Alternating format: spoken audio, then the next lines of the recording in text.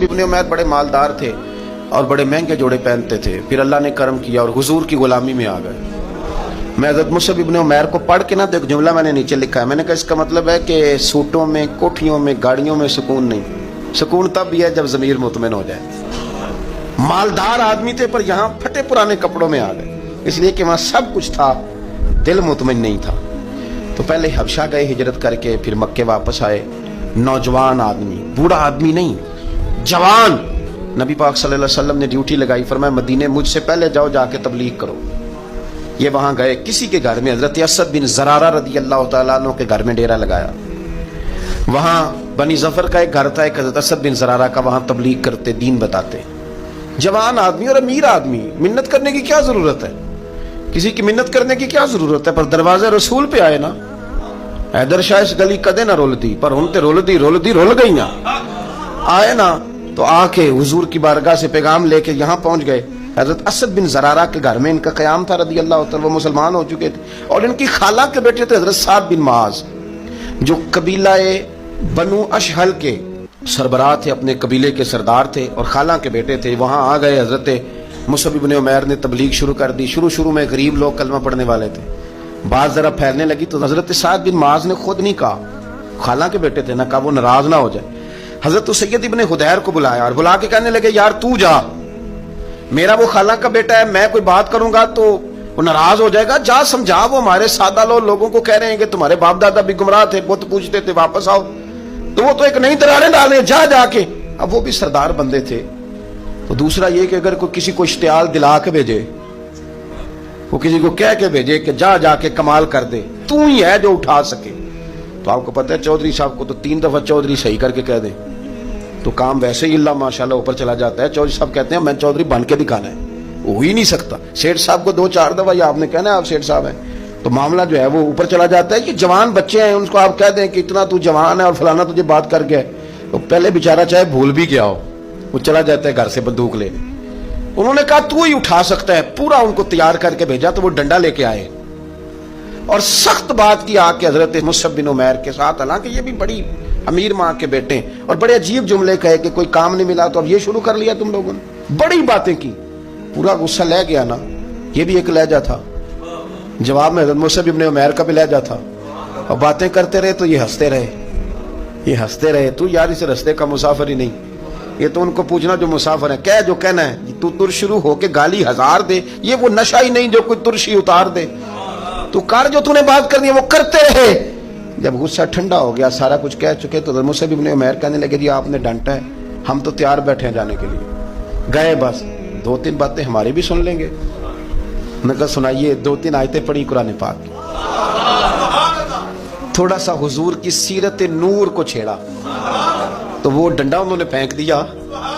فرمانے لگے اس دین میں داخل ہونا ہو تو طریقہ کیا ہے؟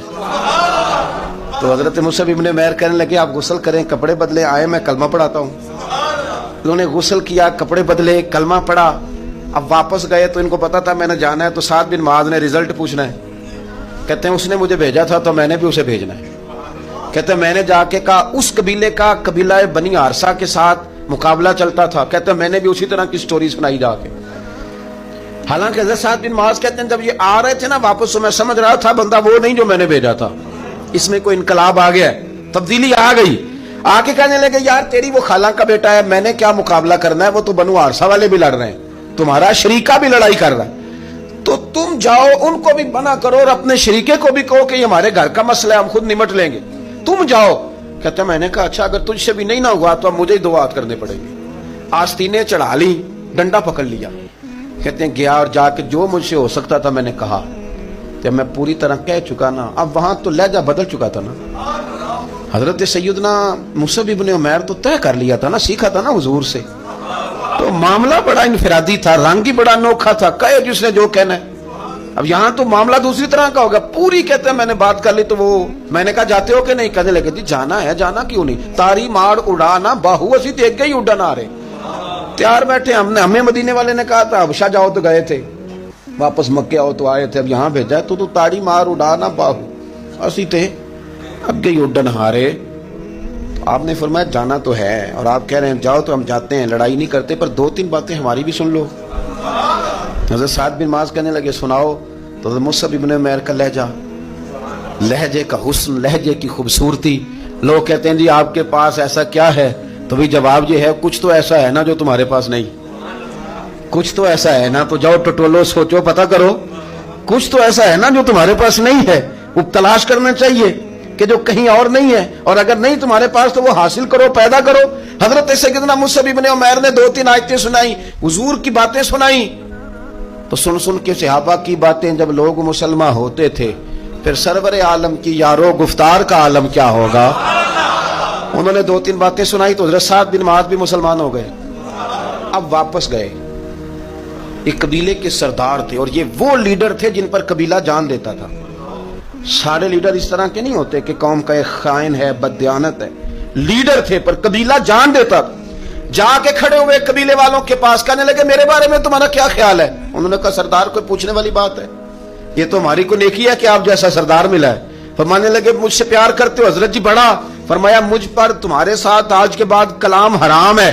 کہا کیوں؟ کہنے لگے اتنی دیر کلام نہیں کروں گا جتنی دیر تم مدینے والے رسول کا کلمہ پڑھ کے مسلمان نہیں ہو. تو حضرت سعد بن معاذ نے سارا قبیلہ مسلمان کر لیا. حضرت سید ابن حدیر بھی مسلمان ہو گئے، اور اتنا بڑا ماحول بن گیا مدینے میں کہ جہاں 12-13 لوگ کلمہ پڑھتے تھے، 70 لوگ اگلے سال حضور کی بارگاہ میں گئے. حضور اب ہماری جمعیت بن کے یا آپ تشریف لائیں. اگر سارے اس میں کردار دیکھو گے تو حضور کے کرم سے جو لہجہ دیا تھا نا اللہ نے حضرت مصعب ابن عمیر کو، یہ اس لہجے نے، اس کچھ ان کے خلق نے کر لی اور کچھ ان کے پیار نے کر لی.